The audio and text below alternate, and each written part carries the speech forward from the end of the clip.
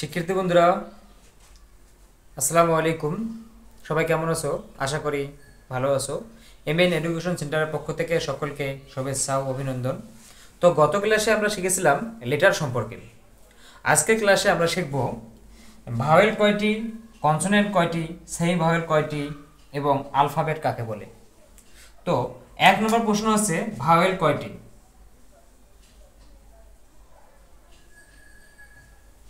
Vowel কয়টি? Vowel হচ্ছে 5টি।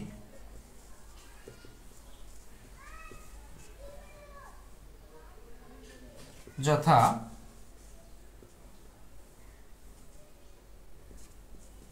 এ, ই, আই, ও, ইউ। এই 5টিকে ভাওয়েল অর্থাৎ স্বরবর্ণ বলা হয়। তো পরবর্তী প্রশ্ন, কনসোনেন্ট কয়টি? কনসোনেন্ট হলো 19টি। কনসোনেন্ট কয়টি? 19টি। যথা B, C, D, F, G, H, J, K, এল,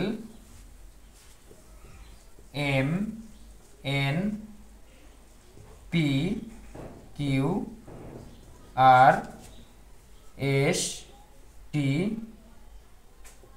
ভি, এক্স, জেড। তো এই 19টি হচ্ছে কনসোনেন্ট।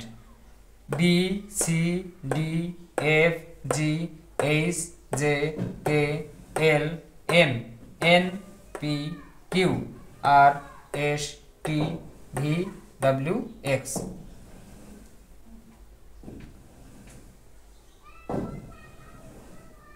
এই 19টিকে আমরা এই 19টিকে কনসোনেন্ট বলা হয়। তাহলে আর হলো সেমি ভাওয়েল কয়টি? সেমি ভাওয়েল হচ্ছে 2টি। সেমি ভাওয়েল কয়টি? 2টি। 2টি। যথা ডাব্লিউ আর হচ্ছে ওয়াই। এই দুটিকে সেমি ভাওয়েল বলা হয়। তো আরেকটি প্রশ্ন হচ্ছে আলফাবেট কাকে বলে? আলফাবেট শব্দের অর্থ হচ্ছে বর্ণমালা।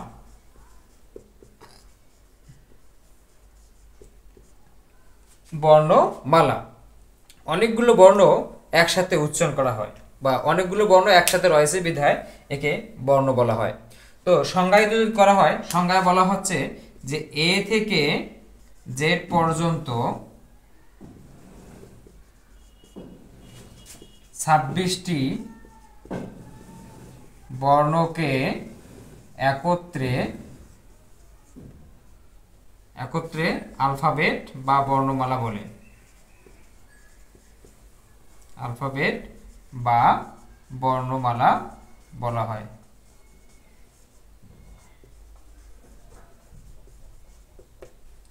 তো বর্ণমালা বা আলফাবেট কাকে বলে? এ থেকে জেড পর্যন্ত 26টি বর্ণকে একত্রে আলফাবেট বা বর্ণমালা বলা হয়। তো এতক্ষণ আমাদের সাথে থাকার জন্য সকলকে অসংখ্য ধন্যবাদ।